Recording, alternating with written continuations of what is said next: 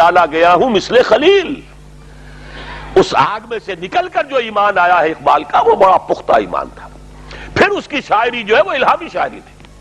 تو اقبال نے کہا مجھ پر تو شعر نازل ہوتے ہیں تو وہ الفاظ میں ڈھلے ہوئے ہوتے ہیں، میں ان میں ترمیم نہیں کر سکتا، میں چاہوں یہ الفاظ بدل دوں میں نہیں کر سکتا. تو اچھی طرح جان لیجئے وہی یہ مطلوع جو ہے وہ لفظاً بھی محفوظ، وہ شیطانی اور نفسانی آمیزش سے محفوظ، پھر اس کا ریکارڈ بھی محفوظ.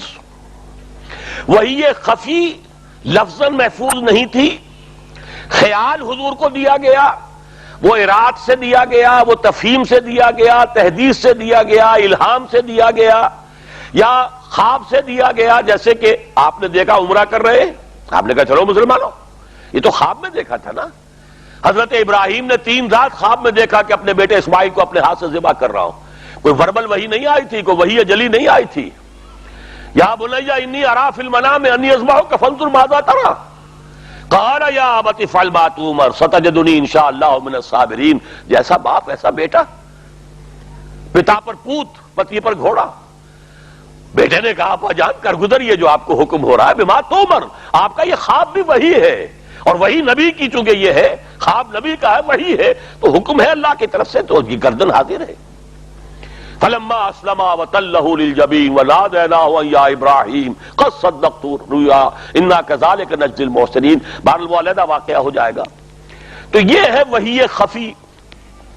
اس وحی خفی کے ذریعے سے تعلق جڑا ہے کہ تبیین ہو رہی ہے محمد کی زبان سے، ہے اللہ کی.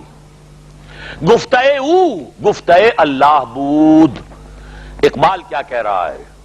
میں اسی لیے کہا تھا نا کہ ڈاکٹر جاوید اقبال کیا کہہ رہے ہیں اور اقبال کیا کہہ گیا ہے. گفتہ او گفتہ اللہ بود گرچہ از حلقوم عبداللہ بود. عبداللہ کے حلق سے وہ بات نکل رہی ہے لیکن یہ اللہ کا کلام ہے. گفتہ او گفتہ اللہ بود گرچہ از حلقوم عبداللہ بود. یہ ہے وما ينطق عن الهوى ان هو الا وحی یوحی. البتہ یہ ضرور نوٹ کر لیجئے، بعض حضرات کا اگر یہ خیال ہے کہ جو بات بھی حضور کہتے تھے وہی سے کہتے تھے، وہ غلط ہے. حضور کا اپنا اجتہاد بھی ہوتا تھا. آپ انسان تھے، انسان ہونے کے ناطے حکم آیا انذر عشیرتک الاقربین، اپنے قریبی رشتہ داروں کو خبردار کیجئے، انذار فرمائیے. آپ نے تدبیر اختیار کی، حضرت علی سے کہا کھانے کا اہتمام کرو، بنو ہاشم کو دعوت دو، کھانا کھلاؤ، اس کے بعد میں کھڑے ہو کر اپنی بات کروں گا. ایک تدبیر ہے. تدبیر امر میں آپ کا اپنی سوچ، آپ کا غور و فکر یہ بھی ہوتا تھا. لیکن یہ کہ اس تدبیر امر میں جو اجتہادی ہوتی تھی، اگر کوئی شے غلط ہو جاتی تھی اللہ ٹوک دیتا تھا.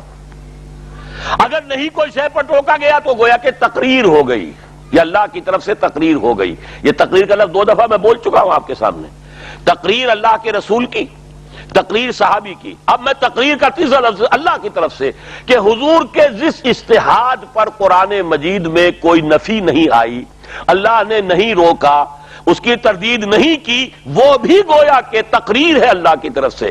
اسی لیے قرآن کو بھی تو حدیث کہا گیا ہے نا. فَبِأَيِّ حَدِيثٍ بَعْدَهُ يُؤْمِنُونَ. اب اس قرآن کے بعد اور کون سی حدیث پر یہ ایمان لائیں گے؟ اللہ نزل الحدیث احسن الحدیث کتابا موجل. اللہ تعالیٰ نے کتاب متشابہ احسن الحدیث نازل کی ہے. قرآن بھی حدیث ہے، یہ اللہ کی حدیث ہے. اور اللہ کی تقریر ہو جائے گی کیا؟ جہاں حضور نے کوئی اجتہاد کیا اور اللہ کی طرف سے اس کے اوپر کوئی اس کی تردید نہیں ہوئی، تو گویا کہ وہ تقریر ہے اللہ کی. باقی یہ فرمان ہے، باقی وحی جلی ہے، باقی وحی خفی ہے، باقی تقریر ہے محمد رسول اللہ کی طرف سے. کوئی اگر اقدام کیا گیا اس کی توثیق ہو گئی، یہ اللہ کی طرف سے جو ہے گویا کہ تقریر ہو گئی. اس حوالے سے اب یہ بات میں نے آپ کے سامنے رکھی کہ سنت کا جس کا کہ ایک بہت بڑا سورس ریٹن جو ریکارڈ ہے وہ حدیث ہے، اس کا سارا معاملہ جو ہے در حقیقت ان 2 آیتوں کے حوالے سے سمجھ میں آئے گا کہ قرآن کی تبیین بھی اللہ نے اپنے ذمے لی، اور وہ آئی ہے حضور کے ذریعے سے. انزلنا الیک الذکر لتبین للناس ما انزل الیہم. یہ کام آپ کا ہے. یہ جو تبیین قرآن کی محمد رسول اللہ نے کی ہے، اپنے قول سے کی ہے، اپنے فعل سے کی ہے. نماز پڑھ کے دکھائی ہے، صلو کما رأیتمونی اصلی.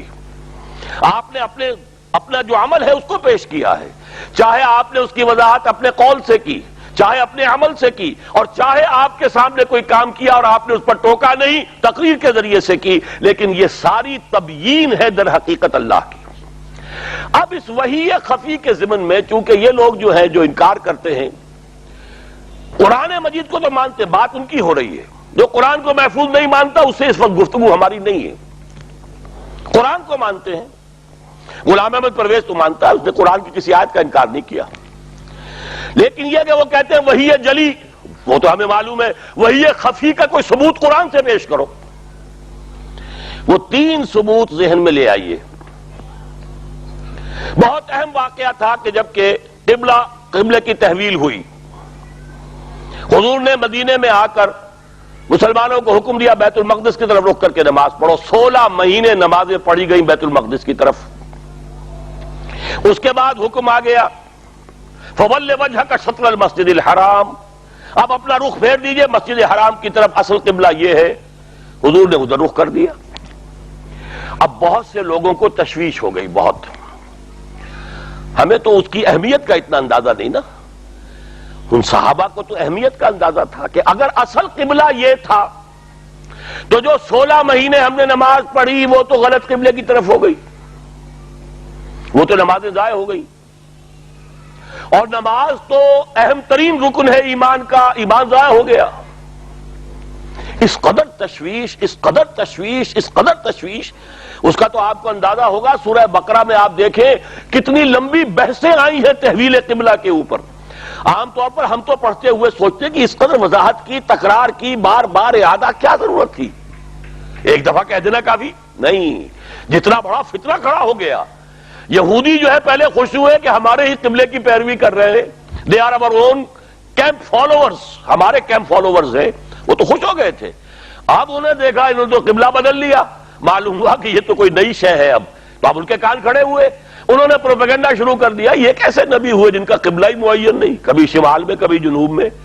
اور ظاہر بات ہے سارے اہل ایمان تو اتنا پختہ ایمان ابھی نہیں تھا، مہاجرین تو خیر تھے جو بڑی ہی تربیت کے بعد آئے تھے، لیکن انصار کے اکثر لوگ تو ابھی نو مسلم تھے، ان کے لیے یہ واقعتاً بڑا فتنہ بن گیا۔ اس پر یہ آیت نازل ہوئی وَمَا جَعَلْنَا الْقِبْلَةَ الَّتِي كُنْتَ عَلَيْهَا إِلَّا لِنَعْلَمَ مَنْ يَتَّبِعُ الرَّسُولَ مِمَّنْ يَنْقَلِبُ عَلَىٰ عَقِبَيْهِ وَإِنَّهَا لَكَبِيرَةٌ إِلَّا عَلَى الَّذِينَ هَدَى اللَّهُ وَمَا كَانَ اللَّهُ لِيُضِيعَ إِيمَانَكُمْ إِنَّ اللَّهَ بِالنَّاسِ لَرَءُوفٌ رَحِيمٌ۔ اے نبی، جس قبلے پر آپ پہلے تھے تحویل قبلہ سے قبل بیت المقدس کی طرف، وہ ہم نے نہیں مقرر کیا تھا مگر اس لیے کہ ہم امتحان لے لیں لوگوں کا کہ کون ہے وہ لوگ جو رسول کی پیروی کرتے ہیں اور کون وہ ہیں جو اپنے آبائی عصبیتوں کی وجہ سے پیچھے مڑ جائیں گے۔ عربوں کے لیے مکہ مکرمہ اور خانہ کعبہ، یوں سمجھیے یہ لفظ میں ان کی ذہنیت کو لیے بیان کر رہا ہوں، ان کا نیشنل مانیومنٹ تھا، قومی ایک یادگار، ابراہیم کی اولاد ہے، ابراہیم کا بنایا ہوا گھر۔ اب جب ان سے کہا گیا کہ قبلہ جو ہے نماز پڑھو بیت المقدس کی طرف، ان کی وہ قومی عصبیت جو ہے اس کا امتحان ہو گیا۔ ادھر رخ کریں گے تو پیٹھ ہوگی کعبے کی طرف، لا محالہ۔